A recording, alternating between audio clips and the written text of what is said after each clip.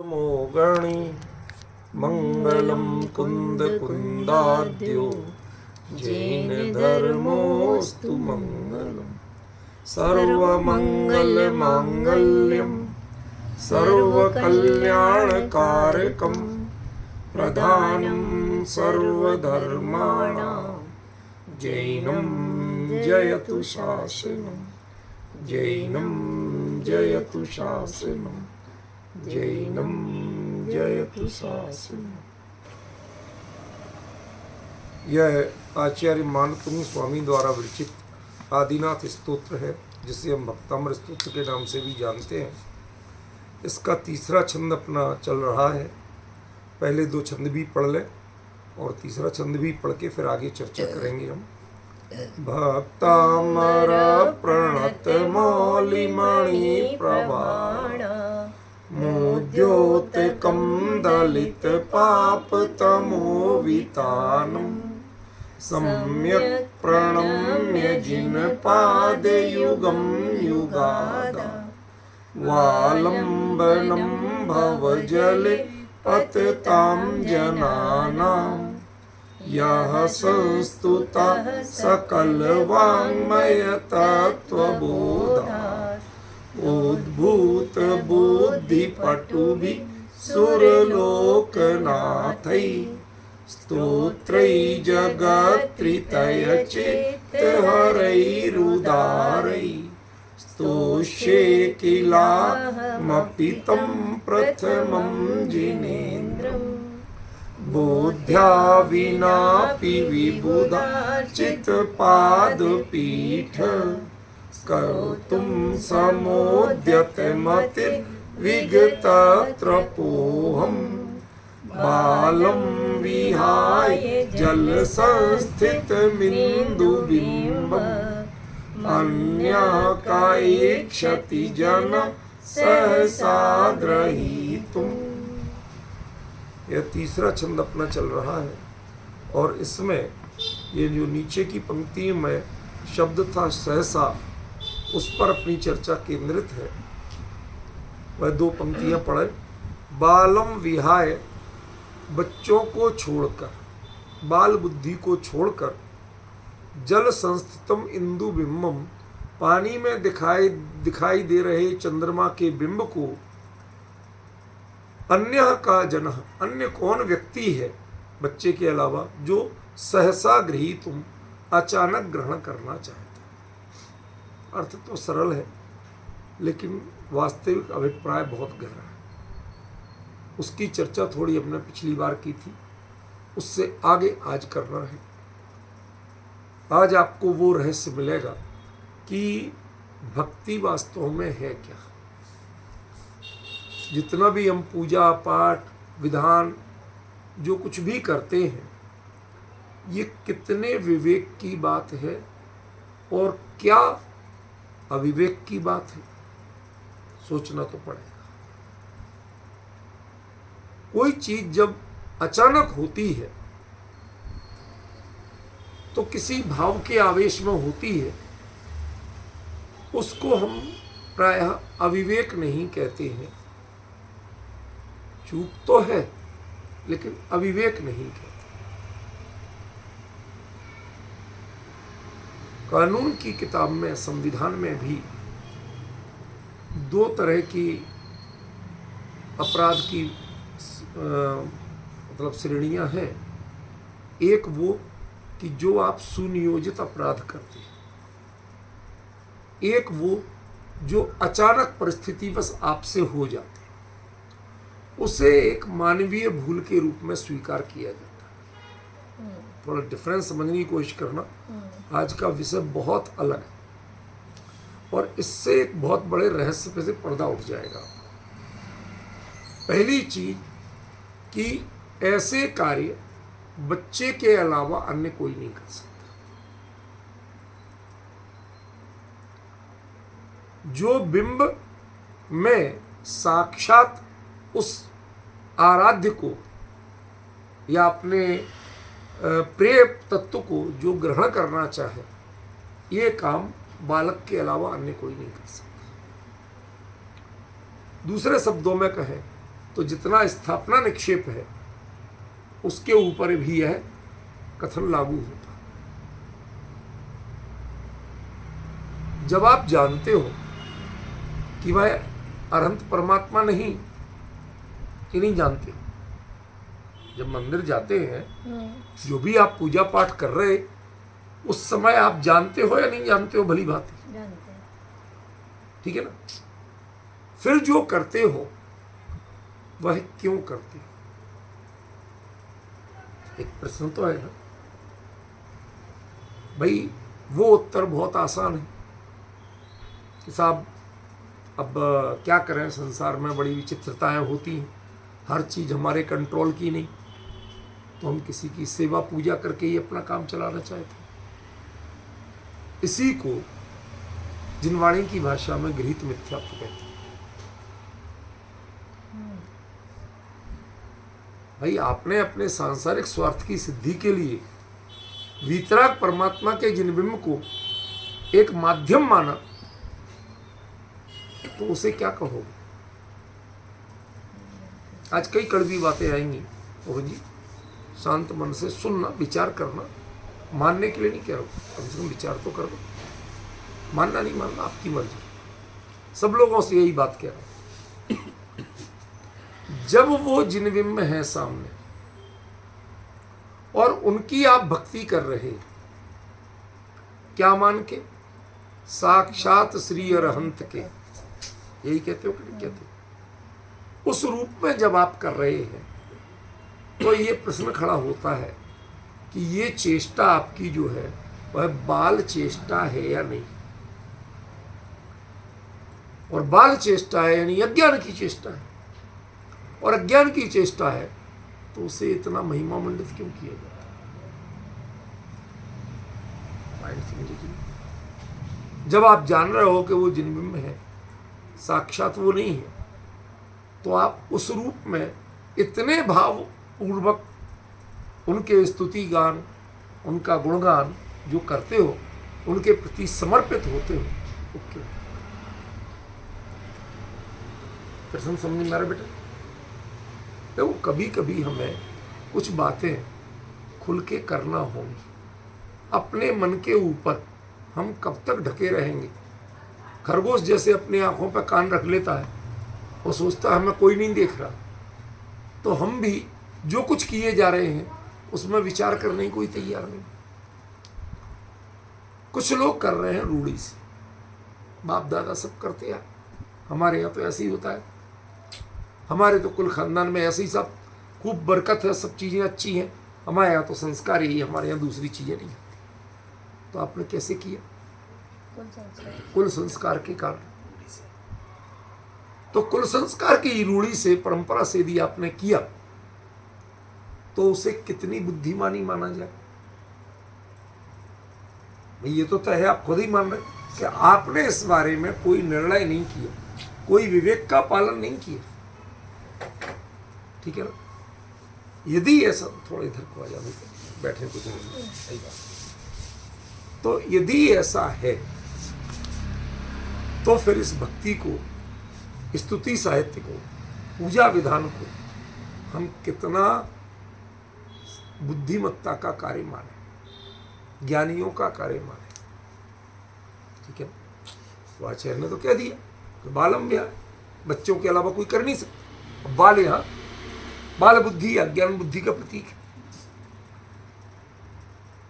तो फिर इसे इतना स्थान क्यों दिया गया? यदि ये अज्ञानता का आचरण है तो इसे इतना स्थान क्यों दिया गया? इतनी महिमा क्यों बताएगी? शुद्धात्मा समझ में आ रहा है बेटा बात? हमें निर्णय करना पड़ेगा। आज ये पूरा 1 घंटा इसी विषय का स्पष्टीकरण होगा, ठीक है ना। तो उसका सब बातों, सारी समस्याओं का समाधान आचार्य ने एक शब्द से दिया, और वो है सहसा। आप यदि सुनियोजित रूप से कोई कार्य करते हो तो वह संज्ञेय अपराध की श्रेणी में आता है, समझिए। आपने बड़ा सोच समझ के किया, पक्का अपराध, लेकिन कोई चीज अचानक किसी भावावेश में हो जाती है, वो मानवीय कमजोरी है, वो इस पर्याय की कमजोरी है, वो एक ज्ञानी की कमजोरी नहीं। अभी हम केवली नहीं बने, उस साधना के उच्च शिखर पे नहीं पहुंचे, तो ऐसा होना स्वाभाविक। अब ये स्वाभाविक है का मतलब आत्मा के स्वभाव से नहीं कह रहे, पर्याय स्वभाव से। हम लोग विचार करते हैं, सोचते हैं कि ऐसा नहीं है, फिर भी हम उस पक्ष से मुंह मोड़ते हैं। किस पक्ष से? बिंब पक्ष से। वो क्या है? जिन बिंब ही तो है। लेकिन आप देखेंगे, चाहे नंदीश्वर से लेके कृत्रिम चैत्यालयों से लेके प्रतिष्ठा विधान से लेके हर जगह उसकी कितनी महिमा की गई। और यदि हम इसको थोड़े से लॉजिकली पूछने लगे आपसे कि भाई साहब आप जानते तो हो कि कौन है? हाँ साहब बिल्कुल जानते। स्थापना निक्षेप किसमें करते हैं? ओरिजिनल में, कि जो ओरिजिनल नहीं हो उसमें? ओरिजिनल नहीं है उसमें। चाहे तदाकार हो चाहे अतदाकार, स्थापना निक्षेप किसमें किया जाता है? भाई स्थापना कर रहे हैं, इसका मतलब वो नहीं। सही। ये तो तय, ठीक है ना? फिर आप ऐसा काम सहसा करते हो और उस काम के लिए आप प्रशंसा भी, प्रशंसनीय भी मानते हो। एक और कहते हो बाल बुद्धि का काम है, दूसरी ओर सारा स्तुति विधान आदि प्रशंसनीय भी मानते हो। ये चक्कर क्या? मैं आपसे पूछना चाहता हूं, बच्चों की जितनी क्रियाएं होती हैं, यदि बच्चे बहुत समझदारी की बातें करें तो आपको टेंशन होने लगता है। गलत तो नहीं कह रहा? छोटे बच्चे ज्यादा समझदारी की बातें करें तो आपको टेंशन होने लगता है, भैया इनसे बच के रहो, कुछ गड़बड़ है। समझ गए ना? और बच्चे अपने बचपन की बातें करें तो आप उनसे मोहित होते हैं, प्रसन्न होते हैं। आपको पता है कि ये समझदारी नहीं, लेकिन उनकी बाल सुलभ क्रीड़ा है। वो बाल सुलभ पने में सब स्वीकार है। और यदि वही कोई बड़ा होके करे तो, बड़प्पन में करे तो पहले ये अच्छी तरह पहचान के रखना कि जब जब आप पूजा पाठ, भक्ति, वंदना, अनुष्ठान इन क्रियाओं में प्रवृत्त हो तो उस समय आप बाल बुद्धि, आप अपने आप को तत्वज्ञानी मानने का भ्रम मत पाल लेना।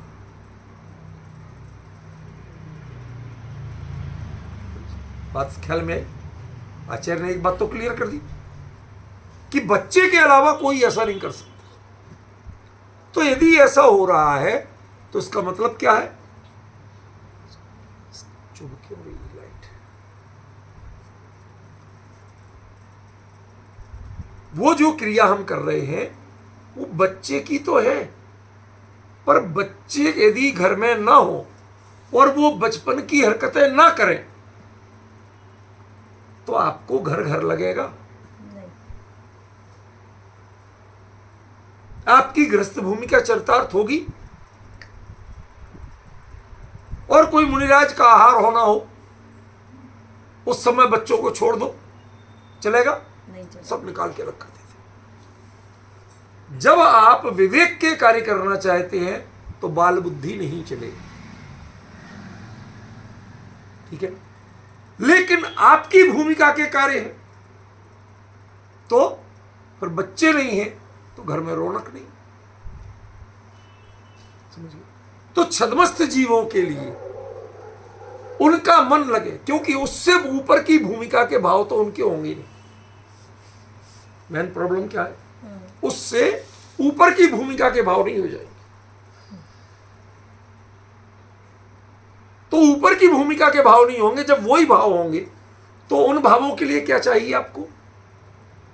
परिणति तो वही रहेगी। तो उस भूमिका के अनुकूल परिणाम ही चाहिए। वो परिणाम उस भूमिका में स्वीकार्य है। जैसे दादा दादी बैठे हो सब लोग के बीच में, तो बच्चों की हरकतें बहुत अच्छी लगती।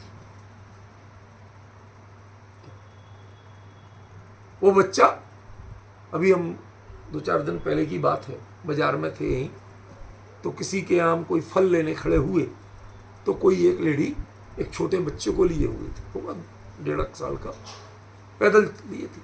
अब बच्चों को आई तेज सूसू, अब वो बेचारी फल ही छाट रही, फल वाला वहीं खड़ा, उसे आई, उसने अपने शुरू कर दिया कर्मकांड।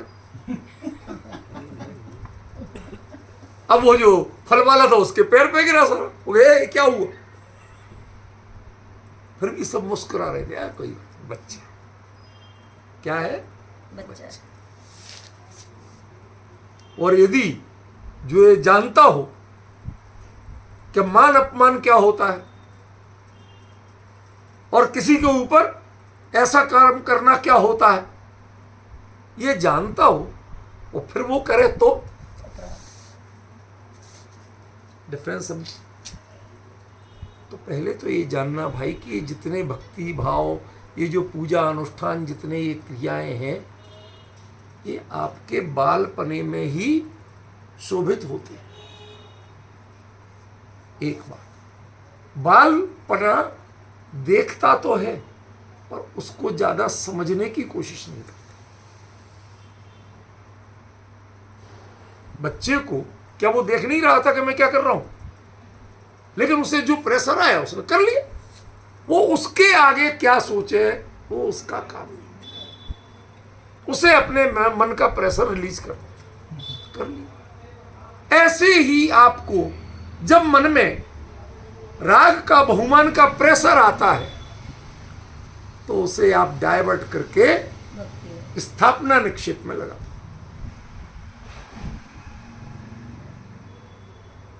लेकिन इसे प्री प्लान मत करना। कैसे करना? सहसा। यदि बच्चा प्री प्लान रोज करने लगे कि जब जब उसके ठेले पैसे निकले तो उसके पैरों पे अपराध हो जाएगा फिर। हो गया तो हो गया। ऐसे ही वीतराग मुद्रा दिखी थी, दिखते ही अंदर में भाव उमड़े, अरे हमारे वीतराग परमात्मा सौसड़ में साक्षात ऐसे ही विराजमान।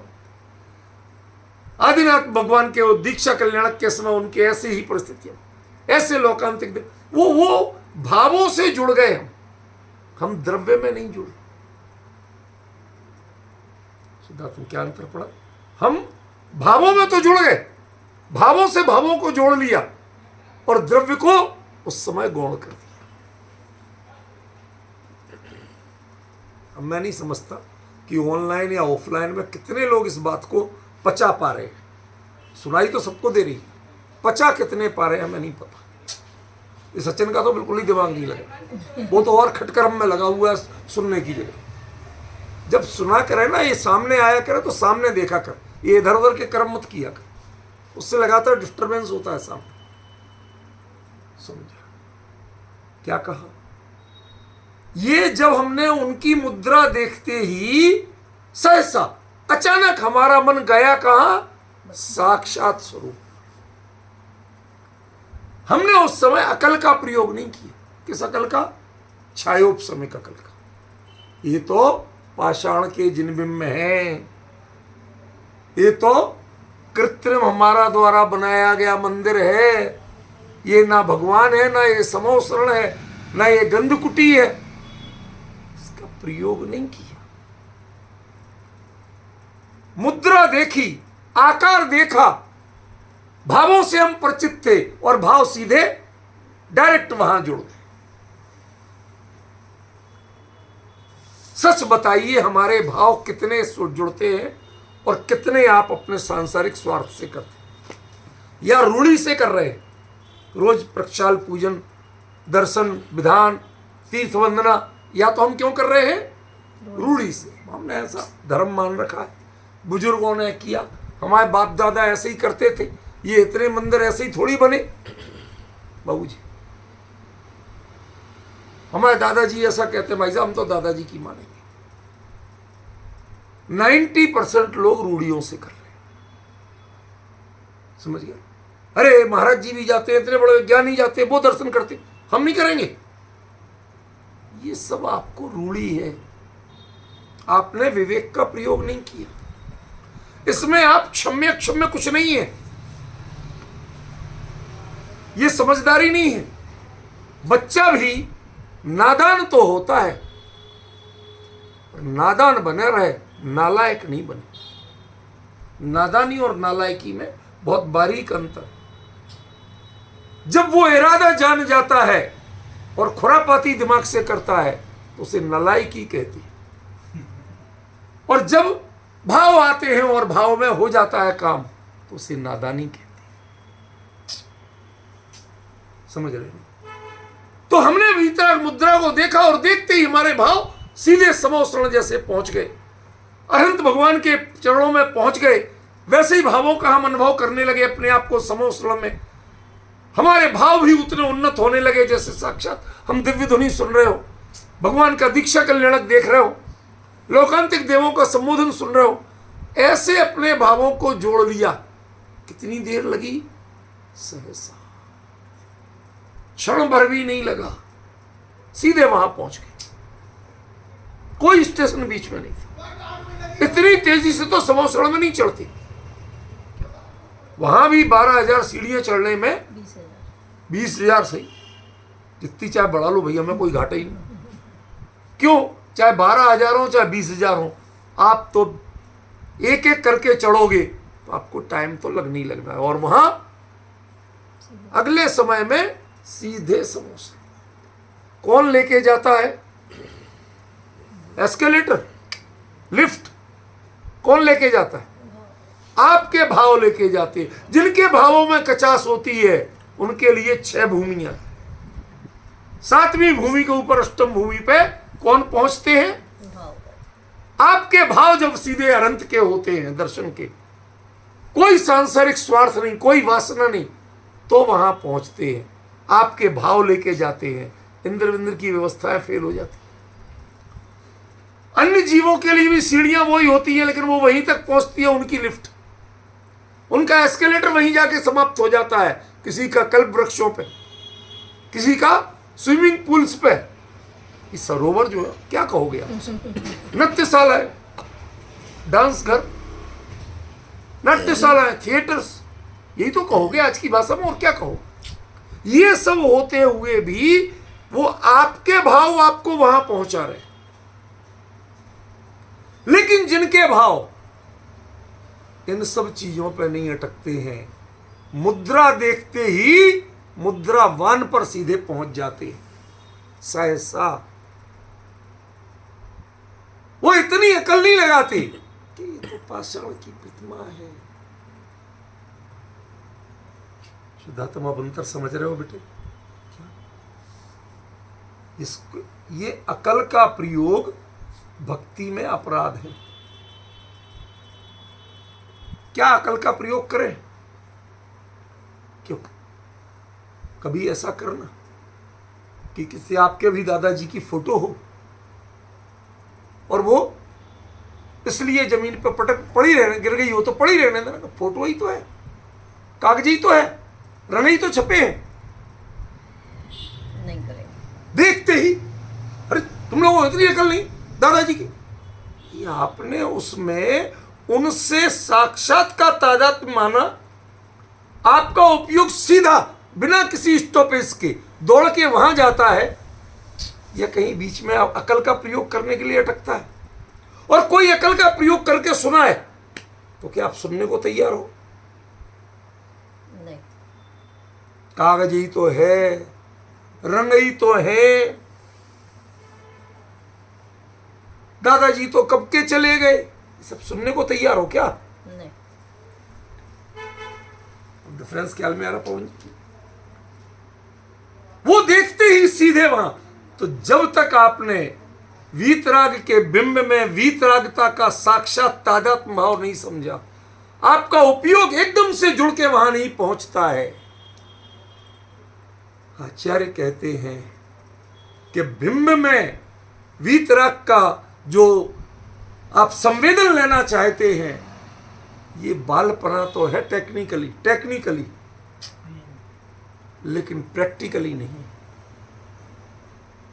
ऐसा सहसा होता है तो आप वाकई में भक्त हो, और ऐसा सहसा नहीं होता है, आप ओढ़ के करते हो, तो दो ही रूप हो सकते हैं, एक रूढ़ी का और दूसरा गृहीत मिथ्यात्व का। या तो आपके मन की वासनाएं करा रही हैं कि भगवान कुछ मिल जाए, फला काम हो जाए, कोई ना कोई वासना आपकी जुड़ी हुई है। यदि अकल का प्रयोग करने के बाद करोगे, ध्यान देना क्या शब्द प्रयोग किया, अकल का प्रयोग करने के बाद करोगे तो आप चोट खा जाओगे। अकल का प्रयोग माने ये तो बिंब है, मैं तो बचपने की हरकतें कर रहा हूं जी, नहीं, ऐसा बच्चे करते हैं ये सही है, लेकिन बच्चे ऐसा ही करते हैं, उनकी शोभा इसी में है, उनकी भूमिका यही है, और उन्हें ऐसा ही लगना चाहिए। आजकल के बच्चों को खिलौनों से घर भर देते, तब भी वो खेलते नहीं ज्यादा। हम लोगों के जमाने में कोई खिलौने नहीं मिलते थे भाई साहब, कहीं से एक डंडा वंडा मिल गया, सरकंडा, उसे दोनों टांगों के बीच में फंसाया, ऐसे पकड़ा और चल मेरे घोड़े, टिक टिक टिक, खुद दौड़ते खुद थे, कोई घोड़ा था ही नहीं, लेकिन वो कल्पना, वो पूरे दिन दौड़ दौड़ के उसमें जितना मजा लेते थे, उतना मजा आज के आपके असली घोड़ा दे दो तो नहीं आ रहा। डिफरेंस छुआ नहीं, पैरों के बीच में आया नहीं, और आपकी कल्पना घोड़े पे पहुंच गई और घोड़े का आनंद शुरू।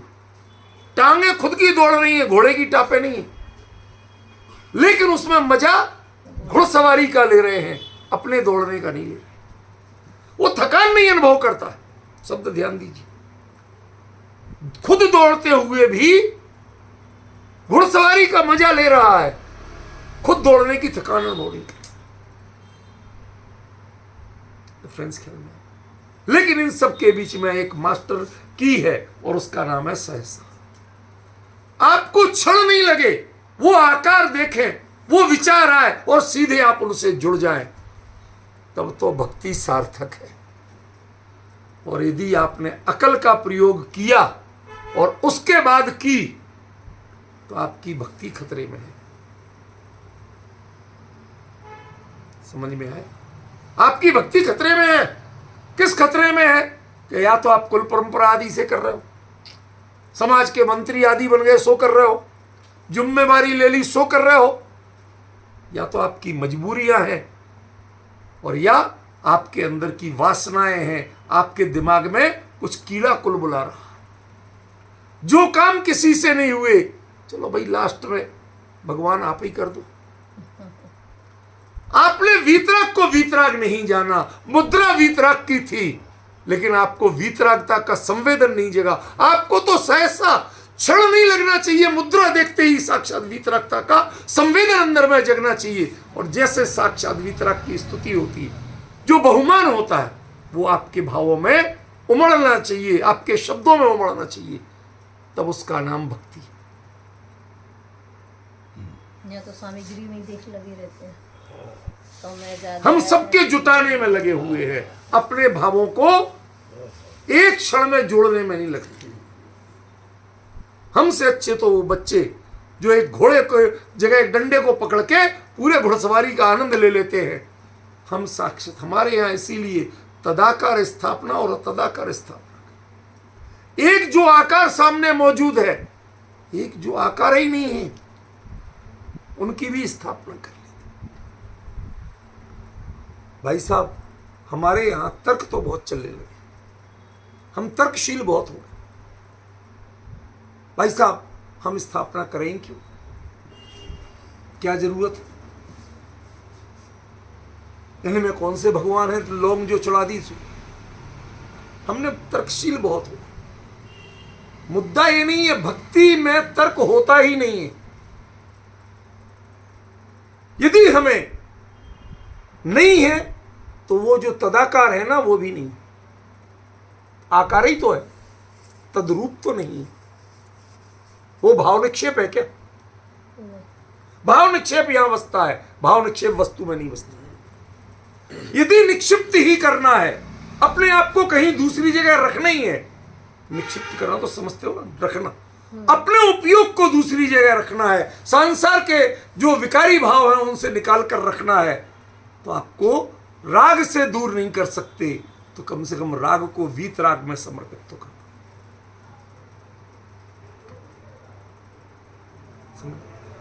लेकिन इसमें अकल मत लगा, सोच विचार मत करना, ये मत देखना कि ये पाषाण के हैं, कि धातु के हैं, कि स्फटिक के हैं, कि रत्नों के हैं, कि सोने चांदी के हैं।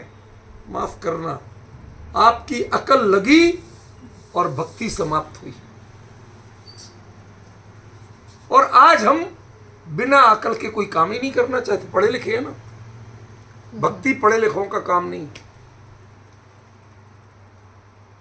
सब मैं तो आचार्य की बात कर रहा, एक क्षण नहीं लगे, चाहे तदाकार स्थापना हो चाहे अतदाकार स्थापना। जब हम हाथ से स्पर्श करते हैं, हमारे यहां लेडीज कोई नहीं चलाती, कोई स्थापना नहीं करती। क्यों? इसीलिए नहीं करती कि जिन बिंब को जब छूने का अधिकार नहीं है, तो हम अतदाकार स्थापना में भी भाव वही कर रहे हैं। स्थापना ही तो है ना। जब हम जिन बिंब को प्रक्षाल नहीं कर सकते, विराजमान नहीं कर सकते, तो हम उनकी स्थापना कैसे कर सकते? उसमें जो चावल से करते हैं या लौंग से, लौंग क्यों करने लगे? चावल चढ़ाते चढ़ाते कई बार टूट जाते, कई लोगों के तो मंदिर के चावल ही टूटे होते, कई लोग चढ़ाते चढ़ाते टूट जाते थे, तो वो अखंड पने का भाव नहीं रहता था, अक्षत का भाव नहीं रहता था।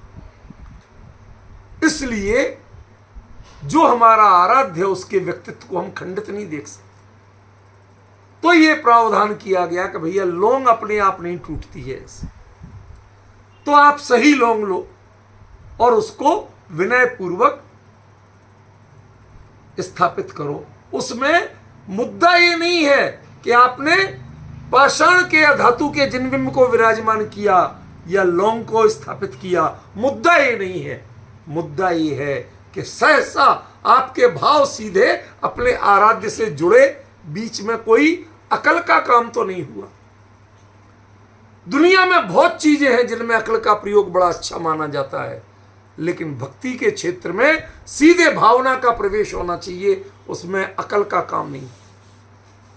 बाल बने रहो, हम बाल हैं, बाल बुद्धि है, कोई ऐतराज नहीं, लेकिन करते क्या हो?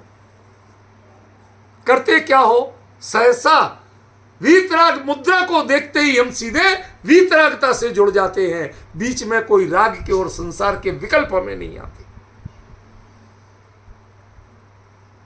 अब कह तो सकते हो भाई साहब इसमें क्या रखा?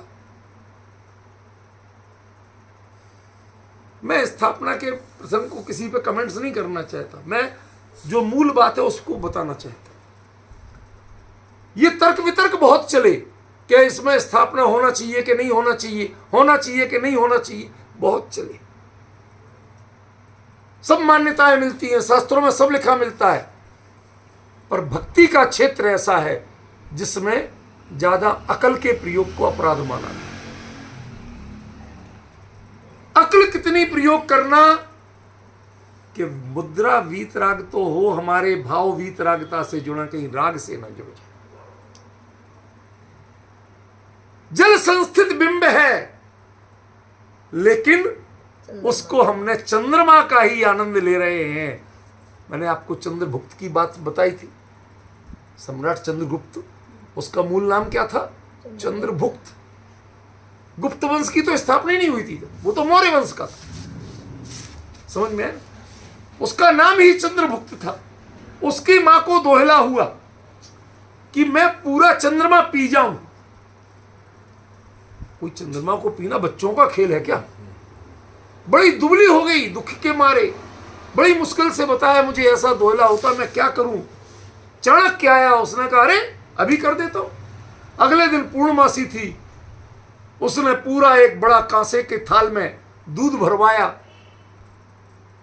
और उसमें जब चंद्रमा पूरा सिर पे आया, पूरा दिख रहा था कि बेटा इसको देखते जाओ और पीते जाओ। तो उसे लगा कि मैंने पूरा चंद्रमा पी लिया, उसका दोहला पूरा हुआ। जो आप लोग तो हम आप समझ नहीं सकते। ये लेडीज को गर्भावस्था में जो दोहला होता है वो अदम्य होता है।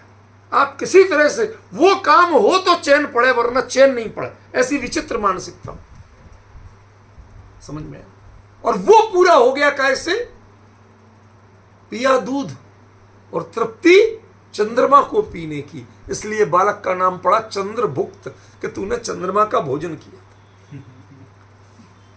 समझ में? वो तो गुप्त बोलने लगे गलती से, उसका नाम ही नहीं था चंद्रगुप्त गुप्त। समझ में? क्या गजब है।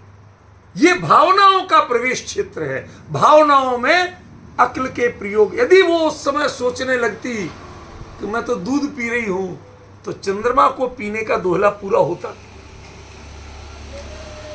मेरा प्रश्न ध्यान दीजिए। क्या यदि वो बुद्धि का प्रयोग करती एक क्षण को भी कि मैं तो दूध पी रही हूं, तो उसका दोहला पूरा होता कभी? वो हुआ कब? सहसा देख रही है कि थाल में चंद्रमा दिख रहा, बस उसकी दृष्टि चंद्रमा पर थी, उसकी दृष्टि दूध पर नहीं थी। थाल पर पी रही थी दूध को, लेकिन भाव में कौन था? चंद्रमा। दोहला पूरा। क्या आपके अंदर कोई दोहला है? मानतुंग के अंदर में एक दोहला था कि मैं पहले तीर्थंकर ऋषभदेव के दीक्षा कल्याणक का साक्षी बनूं, उनके वीतराग और वैराग्य भाव की अनुमोदना करूं जैसी लोकांतिक देवों ने की थी। ये दोहला था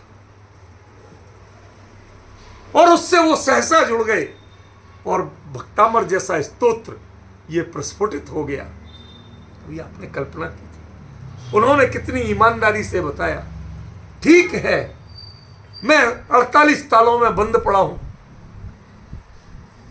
ये काल कौन सा है? पंचम काल, वो चौथे काल की शुरुआत, बल्कि तीसरे काल का अंतिम समय उस समय हुए थे, तब उनकी दीक्षा हुई थी। कौन लोकांतिक देव आए थे? ना मैंने उनको देखा ना उनको देखा, फिर भी अपने भावों में उस घटनाक्रम के अपने आप को साक्षी बनाया। कैसे उपदेश हुए होंगे, कैसा संबोधन हुआ होगा, उसका अपने आप को साक्षी बनाया। उससे तन्मय हुए और तन्मय होकर के भक्तामर जैसा स्तोत्र अवतरित। कैसे किया आपने मानतुंग स्वामी? आपकी दृष्टि में, आप जैसे समझदारों की दृष्टि में ये बचपने की बात तो है, पर करूं क्या, सहसा होगी। सामने कुछ भी नहीं था, घनघोर अंधेरा था। मुस्कुराए क्यों? चेहरे पे प्रसन्नता क्यों? थकान का भाव क्यों नहीं जब 48 तालों में बंद हो? कमल की तरह चेहरा खिला हुआ क्यों है? कि तेरी नजर है 48 तालों पर और मेरी नजर है मुनिराज ऋषभदेव के दीक्षा कल्याण पर। मेरी नजर है लोकांतिक देवों के स्तुति पर, लोकांतिक देवों के संबोधन पर, उस वैराग्य के भावना के संपोषण पर। मेरी नजर तो वहां थी। सहसा एकदम तुमने तालों में बंद किया और मैं अचानक वहां पहुंच गया। तुम हमें बचपने की बात कह सकते हो, तुम नादानी कह सकते हो, लेकिन मैं तो जो हूं सो हूं, जो घटित हुआ सो बता रहा हूं।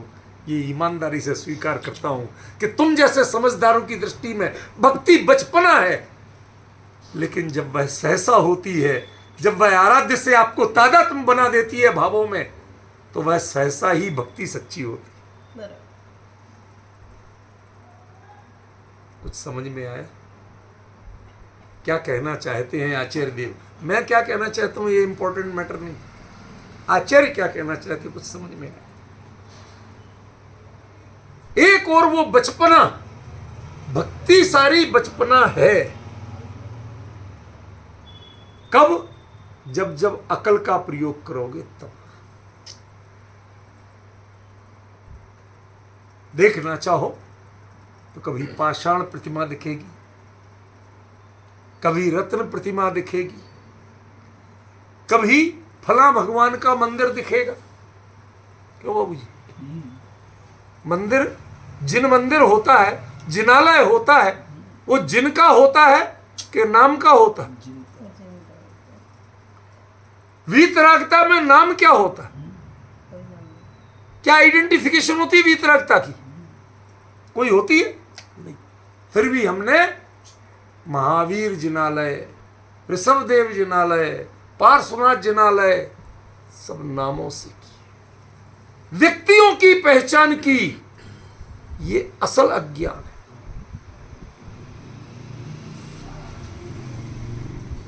क्या कह रहा हूं आगे आप ध्यान से सुनना। असल अज्ञान क्या है? आपने व्यक्तियों से जुड़ाव बनाना चाहा, आपने वीतरागता से जुड़ाव नहीं बनाना चाहिए। व्यक्ति से बनाना भी है, सुनो, व्यक्ति से बनाना भी है। जब व्यक्तिगत पूजा होती है तो क्या करें?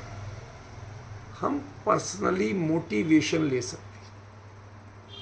हमें जिनके जीवन, जिनके दर्शन, जिनके व्यक्तित्व में अपने लिए खास मोटिवेशन की चीज दिखती है, हम उस दिन उनकी पूजा कर लें, उनका यशोगान कर लें, उनके उस घटनाक्रम में। ये भी तो अपने जोड़ा ही था।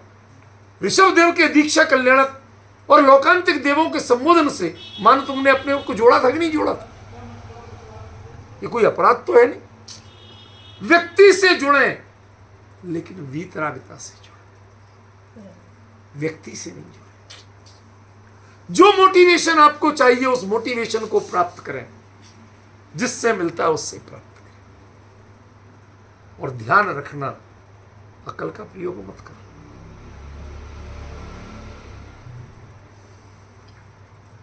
अपने क्षोभसम को बीच में मत लाना। सोचिए क्या कह रहे हैं। सहसा आपने देखा नहीं और देखते ही वो स्थापना और निक्षेप दोनों छूट गए। हम तो सीधे उसमें तादात्म्य हो गए। समझ लेना आपकी भक्ति से। अब तीसरा जो देख रहा उसको तो बचपना लग रहा। ये क्या? ये कह रहा है साक्षात श्री अनंत के मानो। कहाँ यार? कहते यही तो कमाल है। भक्ति में जिसने अकल का प्रयोग किया वो यहीं रह गया, और भक्ति में जिसने भावनाओं का समावेश कर लिया, अचानक ही जुड़ाव हो गया, उसकी भक्ति सफल हो गई। वो समोसरण में पहुंच गया, वो कल्याणक में पहुंच गया, उसने उसको आत्मसात कर लिया। थोड़ी देर के लिए ही सही, लेकिन जब आप वीतरागता से तादात्म्य भाव बनाते, साक्षात अनंत से तादात्म्य भाव बनाते, समोसरण जैसे भाव बनाते हैं, तो आप जानिए कि आपकी वो भले ही बचपने की हरकत कही जाए, लेकिन वह बड़ी मनोज्ञ, मनोरम है। बच्चे जैसे खिलखिलाते हैं कि घर में किसी की गमी हो जाए और बच्चा हंस रहा है, आप नाराज होते हैं। बल्कि लोग कहते अरे तुम सौभाग्यशाली हो, ये निश्चल हंसी देख के तुम्हें भी इतने रोने में हंसी आ गई, उसकी हरकत देख के हंसी आ गई। जरा विचार करो। जो विपरीत से विपरीत परिस्थितियों में भी आपके परिणामों को दूसरी जगह ले जा सके, बाल चेष्टा उसको कहते हैं, भक्ति उसको कहते हैं। वो बाल चेष्टा है, लेकिन वह दुनियादारी नहीं जानता। उसमें क्षमता है कि आपको उस जगह ले जा सके, मुर्दगी में भी मुस्कान को ला सके। वो बाल चेष्टा में ही क्षमता है। समझदार यदि उस समय मजाक उड़ाएगा, हंसेगा, तो आपकी लड़ाई और हो जाएगी। होगी कि नहीं होगी? समझ में आएगा। इसलिए बाल चेष्टा बनी रहने दो, लेकिन बाल की निश्चलता भी बनी रहने दो। वो छल नहीं होना चाहिए, स्वार्थ नहीं होना चाहिए। किसी रूढ़ी का पालन नहीं हो, किसी पद की प्रतिष्ठा नहीं हो, एकदम सहज भाव। हमने देखा नहीं, अरे हमारे यहाँ क्या क्या कहा गया, दृष्टम जिनेन्द्र भवनम भवतापहारी। अभी मंदिर नहीं पहुंचे, मंदिर का शिखर, कलश, ध्वजा कुछ भी दिखना शुरू हुई दूर से, और क्या बोले, दृष्टम जिनेन्द्र भवनम भवतापहारी। हमें याद है, हम लोग कहाँ, शायद पुरी जा रहे थे ओरिएंटल कॉन्फ्रेंस में, शिखर जी रुकना नहीं था, ट्रेन डायरेक्ट जाना थी, पुरुषोत्तम एक्सप्रेस में सीधे जाना था। अब वो पार्श्वनाथ स्टेशन पे वो रुकी भी, वहां से जा रही, अब वो शिखर जी के पहाड़ के बिल्कुल लगभग बगल जैसी निकलती है। अब उस समय सब लोगों के ऐसे हाथ जुड़, चप्पल जूते उतर गए, कई लोग तो हाथ भी धो लिए, कुल्ला कर लिए, सबके अपने अपने स्तुति पाठ चल रहे। क्या जाके जो जाते हैं उनकी कितनी वंदना होती है, वो वहां जाके विषय भोग और मनोरंजन की बातें करते हैं, और ये जो चढ़ नहीं पाए, उन्होंने ट्रेन में बैठे स्पर्श तक नहीं किया, लेकिन उनके भाव हर टोक की वंदना कर रहे, एक एक टोक को पहचाना है। किसको कहते हैं भक्ति? जो भावों को सहसा अपने आराध्य से जोड़ दे उसका नाम भक्ति है, जो उन आराध्य के गुणों से जोड़ दे उसका नाम भक्ति है। वह सो कॉल्ड पढ़े लिखों के लिए वह बचपने की हरकत तो है, लेकिन इतनी मनमोहक है कि आपको करना चाहिए।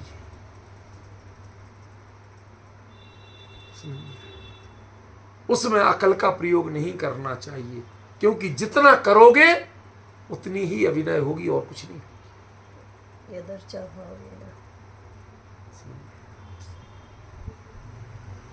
बड़े सोच समझ के बता रहा हूं मैं, ये बात आप कितनी पचा पाओगे मुझे पता नहीं, लेकिन जो चर्चा है, आचार्य ने जो लिखा है उसको बहुत सावधानी से एक एक शब्द तोल के बता रहा हूं। क्षुद्र क्षोभसम का प्रयोग बिल्कुल मत करना। जहां तत्व चर्चा में, जिनवाणी के स्वाध्याय में, वो सब करना, खूब बुद्धि लगाना, लेकिन भक्ति में बस पहले जान लो आराध्य कौन है, कि आराध्य सिर्फ वीतरागता है और कोई आराध्य। वीतराग की मुद्रा ऐसी होती है, बस ये जान लिया, उसके बाद जहां मुद्रा दिखी नहीं और वहीं भाव जुड़े नहीं, देखते ही सहसा एक समय जैसा लगता है 20,000 सीढ़ियां ऊपर पहुंच जाती है। कौन लेके जाता है? आपके भाव लेके जाते हैं, आपके पैर लेके नहीं जाते, वो सिस्टम लेके नहीं जाता। इंद्र करता रहे कि मैंने ऐसा सिस्टम बनाया, कोई नहीं जाता। क्यों? क्योंकि जिसके भाव नहीं थे वो कभी नहीं पहुंच पाते, वो नीचे की भूमियों में अटके रह जाते, उनका एस्केलेटर उतने ऊपर जाते ही नहीं है। समझ रहे हो आप? इसका मतलब क्या? इसका सीधा सीधा मतलब है कि आपके भाव जो ही अचानक जुड़ते हैं, उस समय आप अक्ल का प्रयोग करो। ठीक है, ये ऐसे भाव नहीं है कि आपको श्रेणियारोहण पे ले जाए, ये ऐसे भाव नहीं है कि जो अनुभूति पे ले जाए सीधे, लेकिन जब आप वीतरागता के संवेदन पर पहुंचेंगे तो क्या अनुभूति का अभिप्राय मन में आए बिना वीतरागता का संवेदन कोई कर सकता है? मेरा प्रश्न ख्याल में आ रहा कि नहीं आ रहा? अनुभूति का अभिप्राय हृदय में आए बिना वीतरागता का संवेदन कोई कर सकता है क्या?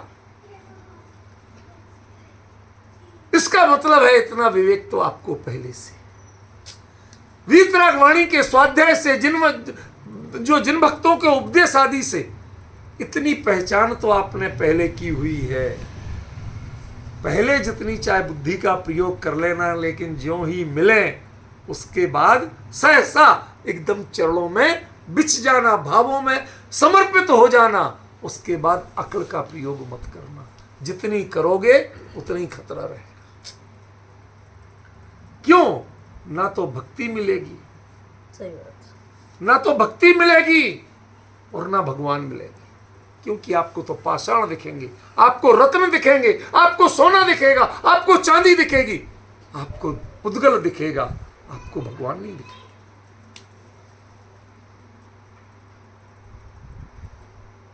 चाहे तदाकार हो चाहे तदाकार, एक बार जो भावना आपके आई, आप उस भावना में समर्पित हो जाइए, सहसा पकड़ लीजिए, उसको ग्रहण कर लीजिए। अब वो थी या नहीं थी भूल जाइए, ले लीजिए और तन्मय हो जाइए।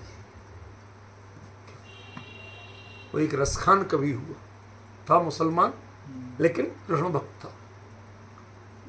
तो वो लिखता है, जालक कुटी अरु कामरिया पर राजती हूं पुर को तजे डारो। मुझे यदि कृष्ण जी जिस लकड़ी को लेकर के गायें हाँकते थे और जिस कंबल को लेके जाते थे, मौसम कोई भी हो, वाले कंबल जरूर ले जाते। वो ठंड से बचने के लिए नहीं ले जाते, वो जैसे मधुमक्खी ततैया इनसे बचाव कराता है कंबल। एक तो आपको ओढ़ लो, ढक लो, उसके अंदर उनका डंक प्रवेश नहीं करता। और दूसरा, तेज बारिश से बचा, अचानक बारिश आ जाए तो उससे बचा, समझे? तो वो कंबल ले जाते थे एक, और एक लकड़ी गाय हाँकने की। कहते जब हमने यदि कृष्ण से तादात्म्य स्थापित किया, उन्होंने उनको नारायण रूप माना, कहते जालक कुटी रुका मरी यापन, वो लकड़ी यदि मुझे मिल जाए, उस पर 3 लोक का राज्य छोड़ने को तैयार।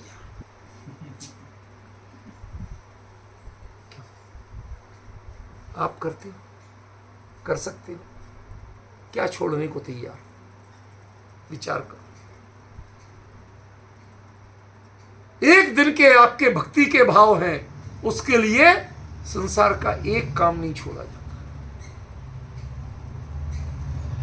भक्ति छोड़ी जाती है, संसार का काम नहीं छोड़ा। ये विडंबना होती कि नहीं होती? हम अपने बच्चे को अक्सर कहते हैं, बेटा तुझे सौभाग्य से जब यहां है, बगल में मंदिर है, कोई रोक टोक नहीं है, तुझे ये भाव नहीं आते। कभी कभी अपने आप पर रोना आता कि भाई तुम्हारी कमी रही, तुमने ये नहीं सिखाया।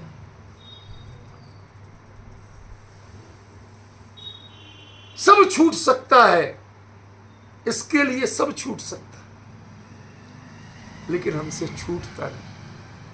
हम विवेक का प्रयोग करते हैं, इसमें क्या मिलेगा और इसमें क्या मिलेगा। सोने में क्या मिलेगा?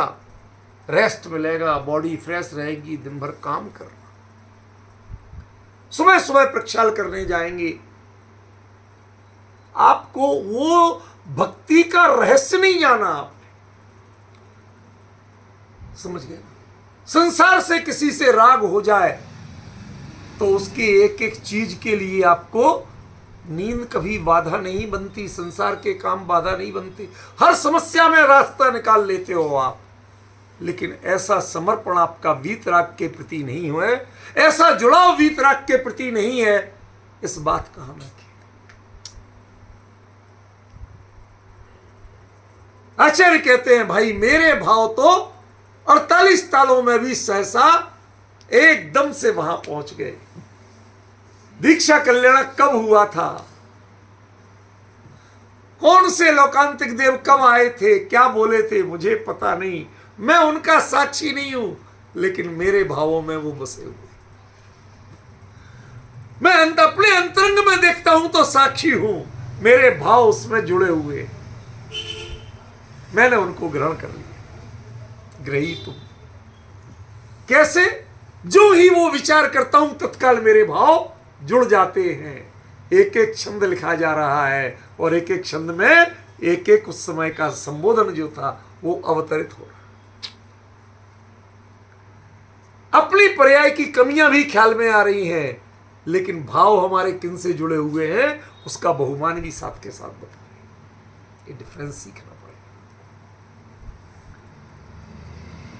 कई बार लोगों को कहता हूं, भैया तुम्हारे लिए इतना अच्छा मौका मिला, लेकिन इनसे जुड़ने का भाव नहीं, इसमें तुम्हें थकान लगती है, संसार के काम याद आते हैं, अरे उस मुद्रा को देखते ही एकदम वीतरागता का जो भाव उमड़ता है, साक्षात समोसरण जैसा भाव उमड़ता है, चौथे काल जैसा भाव उमड़ता है, उन भावों की किसी जगत में किसी से तुलना कर सकते हो?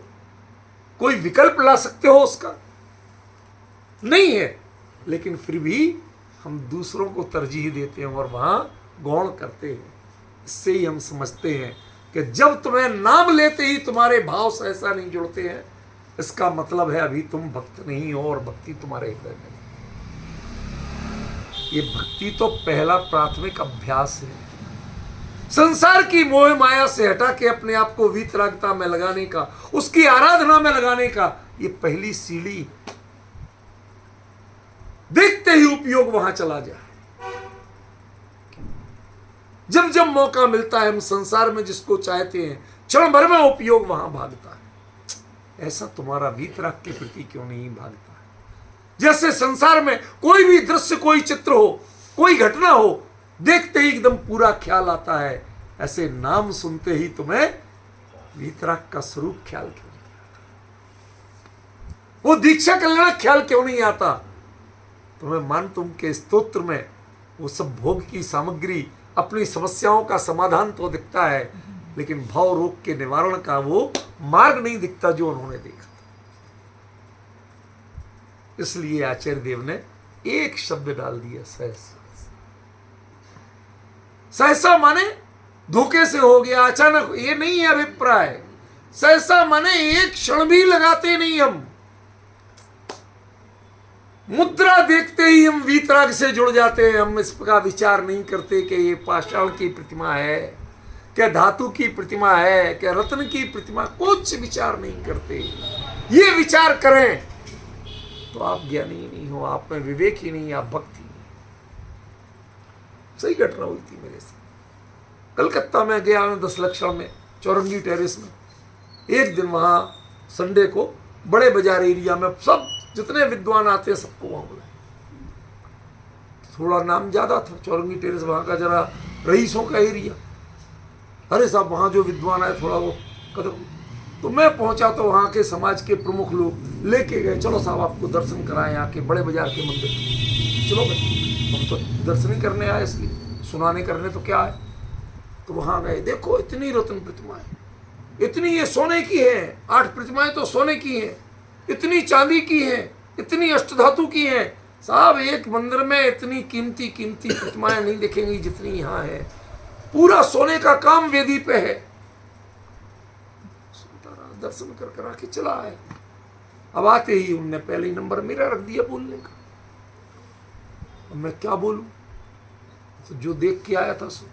मैंने कहा भाई साहब मैं यहाँ भगवान के दर्शन करने आया था, पर भाई साहब ने हमें ले तो गए भगवान के दर्शन की कह के, तुमने एक भी भगवान के दर्शन नहीं करे।